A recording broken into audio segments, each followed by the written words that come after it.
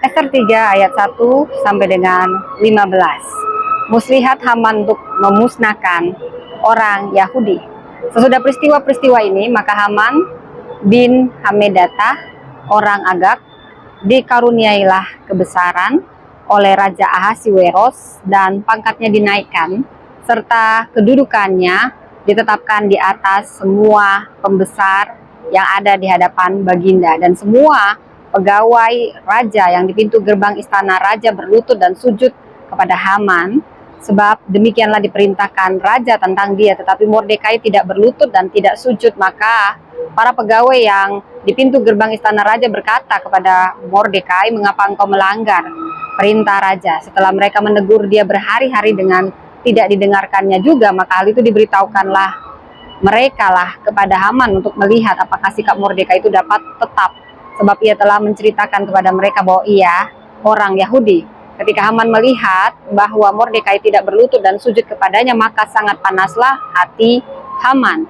Tetapi ia menganggap dirinya terlalu hina untuk membunuh hanya Mordekai saja, karena orang telah memberitahukan kepadanya kebangsaan Mordekai itu. Jadi Haman mencari ikhtiar memunahkan semua orang Yahudi, yakni bangsa Mordekai itu di seluruh kerajaan Ahasiweros.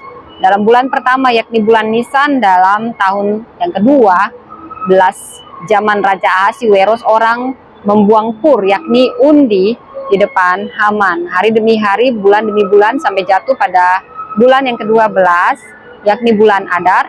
Maka sembah Haman kepada Raja Ahasiweros, ada suatu bangsa yang hidup tercerai-berai dan terasing di antara bangsa-bangsa di dalam seluruh daerah kerajaan tuanku, dan hukum mereka berlainan dengan hukum raja, tidak dilakukan mereka, sehingga tidak patut bagi raja membiarkan mereka leluasa. Jikalau baik pada pemandangan raja, hendaklah dikeluarkan surat titah untuk membinasakan mereka, maka hamba akan menimbang perak 10.000 talenta dan menyerahkannya kepada tangan para pejabat yang bersangkutan, supaya mereka memasukkannya ke dalam perbendaharaan raja.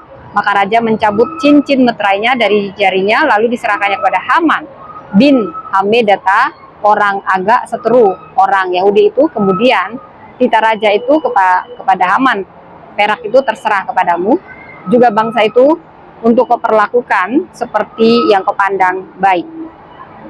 Maka dalam bulan yang pertama, pada hari yang ke-13, dipanggilnya para panitera raja.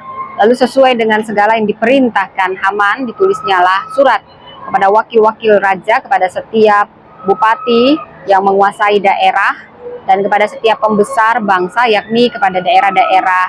Tiap-tiap daerah menurut tulisannya, kepada tiap-tiap bangsa menurut bahasanya. Surat itu ditulis atas nama Raja Ahasiweros dan dimeterai dengan cincin meterai raja. Surat-surat itu dikirimkan dengan perantaraan pesuruh-pesuruh cepat ke segala daerah kerajaan, supaya dipunahkan, dibunuh, dan dibinasakan semua orang Yahudi, daripada yang muda sampai kepada yang tua, bahkan sampai anak-anak dan perempuan-perempuan. Pada suatu hari itu juga, pada tanggal 13 bulan yang ke-12, yakni bulan Adar, dan supaya dirampas harta milik mereka, salinan surat itu harus diundangkan di dalam tiap-tiap daerah, lalu diumumkan kepada segala bangsa supaya mereka bersiap-siap untuk hari itu. Maka dengan tergesa-gesa berangkatlah pesuruh-pesuruh cepat itu atas titah raja, dan undang-undang itu dikeluarkan di dalam benteng Susan. Sementara itu raja serta Haman duduk minum-minum, tetapi kota Susan menjadi gempar. Demikianlah firman Tuhan. Tuhan memberkati.